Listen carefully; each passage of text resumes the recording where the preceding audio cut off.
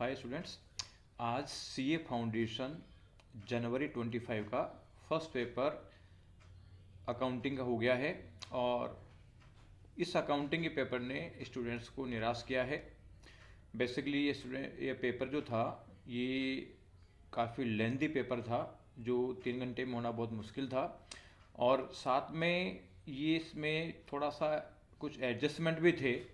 तो जो कुछ यूनिक एडजस्टमेंट थे, तो बेसिकली जिन बच्चों का प्रैक्टिस अच्छा नहीं हुआ उन बच्चों को ये काफ़ी दिक्कत आई और बच्चों का ये मान लीजिए कि लगभग 15 से 20 मार्क्स का पेपर नहीं हो पाया। बेसिकली पोस्ट कोरोना के टाइम में जो सिनेरियो चल रहा है, उस सिनेरियो की सबसे बड़ी प्रॉब्लम है कि इन्फॉर्मेशन की बाढ़ आई हुई है और स्टूडेंट कंफ्यूज है कि क्या करें क्या नहीं करें।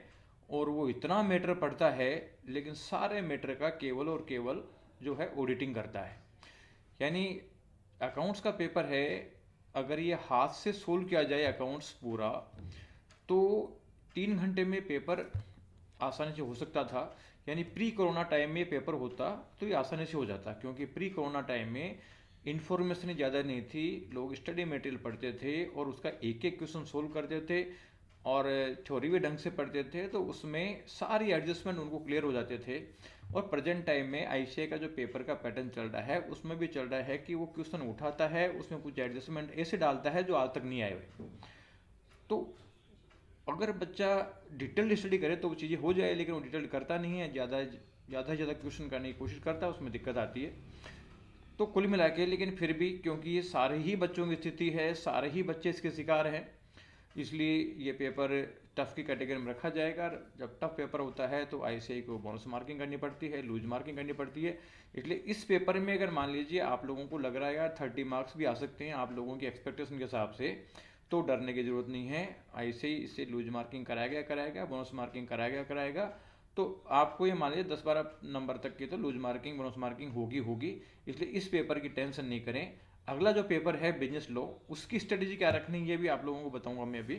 तो जो अगला पेपर है बिजनेस लॉ का, उसमें आप लोग 3 दिन का टाइम मिला हुआ है। 3 दिन में आप ढंग से रिवाइज करें, कॉन्फिडेंस रख के रिवाइज करें और टारगेट लेके चलेंगे। 2 बार रिवाइज करेंगे उसको, और 2 बार रिवाइज करने में आप जो आईसीए का मॉडल है उसको डायरेक्ट मतलब प्रोविजंस को पूरा ढंग से पढ़ें, एक एक कंडीशन को ढंग से पढ़ें। और ज़्यादा नहीं पढ़ पा रहे हो तो जो बेसिकली कंडीशन आपने निशान लगा रखी है, उन निशान लगाई हुई कंडीशन को तो आप पढ़ ही लें ढंग से।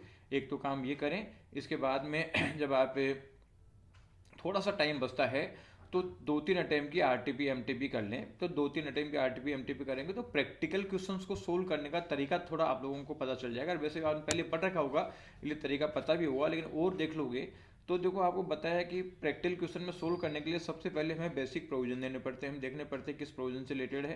प्रोविजन के बाद में अगर क्वेश्चन एक्सेप्शन का है तो साथ में एक्सेप्शन में देना पड़ता है। इसके बाद बेसिक इशू क्या इन्वॉल्व है, इसके अलावा जो कंक्लूजन देने जा रहे हैं उसका रीजन क्या है, और बाद में कंक्लूजन। 5 स्टेप में होता है, 5 स्टेप में करोगे तो पूरे मार्क्स आ जाएंगे।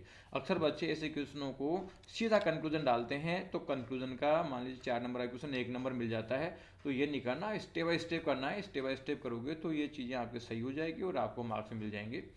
और दूसरा है कि एक चीज़ जो और आई है कि इस पेपर का इम्पैक्ट अगले पेपर में नहीं आना चाहिए, ये भी माइंड में सेट कर लो।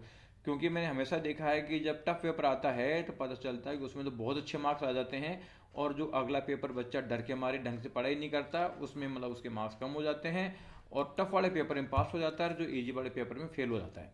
तो आप लोगों को ये ध्यान रखना है कि पिछले पेपर का इम्पैक्ट इस पेपर में बिल्कुल भी नहीं आना चाहिए। इस चीज़ पे फोकस करके चलो और 3 दिन का जो टाइम है इसका बहुत बड़ा फ़ायदा उठाओ आप, और उसको 2 बार कम से कम रिवाइज करो। तो आपका जो बिजनेस लॉ का पेपर है ये बहुत अच्छा हो जाएगा।